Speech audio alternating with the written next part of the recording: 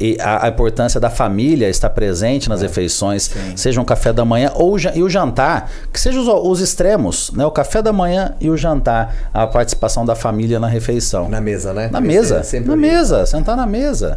É que eu saí de São Paulo, tô mais pro interior e eu consigo hoje, mas em São Paulo é difícil. Em São Paulo, você ver o seu filho durante o dia é bem difícil. E agora, por exemplo, no interior a gente já consegue, mas Gustavo, você tem toda a razão, mas o Rodolfo, toda vez que vem aqui, ele fala, e juro que ele me toca em relação a isso, né? E acho que as pessoas estão assistindo também. Café da manhã e jantar, isso. sim. Isso com não, certeza, e que não é só a alimentação.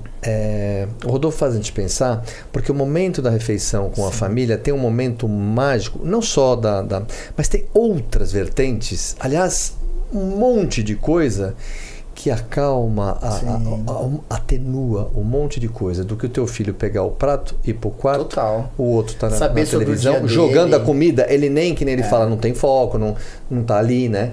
Então ele joga muito mais, e se calhar, dali a 10 minutos ele tá na geladeira de novo. Muitos problemas de cunho emocional poderiam ser amenizados ou resolvidos com a refeição com a família. Ontem à noite, jantei com a minha mãe, de manhã vai ser o café da manhã com ela. Eu coloco isso, claro, estou numa rotina já de transição, né? Então não tenho conseguido. Na última vez que eu estive aqui, eu falei que eu fazia 10 refeições por semana com ela. Esse número momentaneamente reduziu para umas 5, porque tinha dia que eu fazia café da manhã e jantar. Mas eu já estou incomodado, eu preciso de mais momentos hoje com a minha mãe. Você tem um filho, a esposa. E às vezes, Gustavo, é tomar uma medida drástica na vida mesmo. Se São Paulo é problema, sai de São Paulo. Tamanho do mundo. Reposicionamento das coisas. Agora, o que eu fiz aí em São Paulo? Eu vivo num bairro, né? O meu bairro ali eu tô... Ali é como se fosse minha cidadezinha pequena. Então, às vezes, uma medida drástica... Eu tive um burnout em 2013 aqui em São Paulo, que eu voltei pra minha cidade, passei um ano em Londrina, me reorganizando. Pô, São Paulo é o problema? Não, o problema é solidão em São Paulo. Então, eu vou levar minha família comigo. Então, levei primeiro, trouxe minha irmã, trouxe minha mãe. Então, a gente tem que ter um pouco de poder na nossa vida. Atitude como a sua, né? De você ter adequado ali a sua carreira, e não mudou em nada. Você continua sendo Gustavo Barquilha, palestrando no Brasil inteiro. Só dá mais trabalho. Com alguns dias a semana com tranquilidade, que você está toda hora em São Paulo também. Sim. Mas é importante ter essa força de mudança. Esse não usar muleta, Rodolfo, né? Às vezes não é a dieta propriamente, o alimento e tal, mas é essa reorganização. É adequar onde a dieta vai entrar. Dessa esteira fluida que é a vida, que você não percebe, você não consegue, é como o rio te levando, você não consegue pôr a mão na margem. E às vezes você precisa reposicionar para organizar o trabalho, a vida em família, o treino, né? Senão nunca é possível, né? A gente acha que a gente cria filho, mas a gente cria o futuro, na verdade. Então, meu filho é 5 anos, daqui 30 anos ele é o futuro. Então, se a gente não para e dá um passo para trás agora, se não começa a ter uma cadeia de pessoas mostrando que, por exemplo, cara, comer é uma hora básica para você prestar atenção, parar. De manhã a gente ora com ele, por exemplo, e à noite a gente pergunta o dia dele. Isso é uma rotina. Todo dia, ele tem hora que ele gosta? Não. Tem hora que ele reclama muito. Mas ele aprendeu. Porque os amigos às vezes fazem, ele tem... Enfim, né? Aí você tem todo o controle de fora.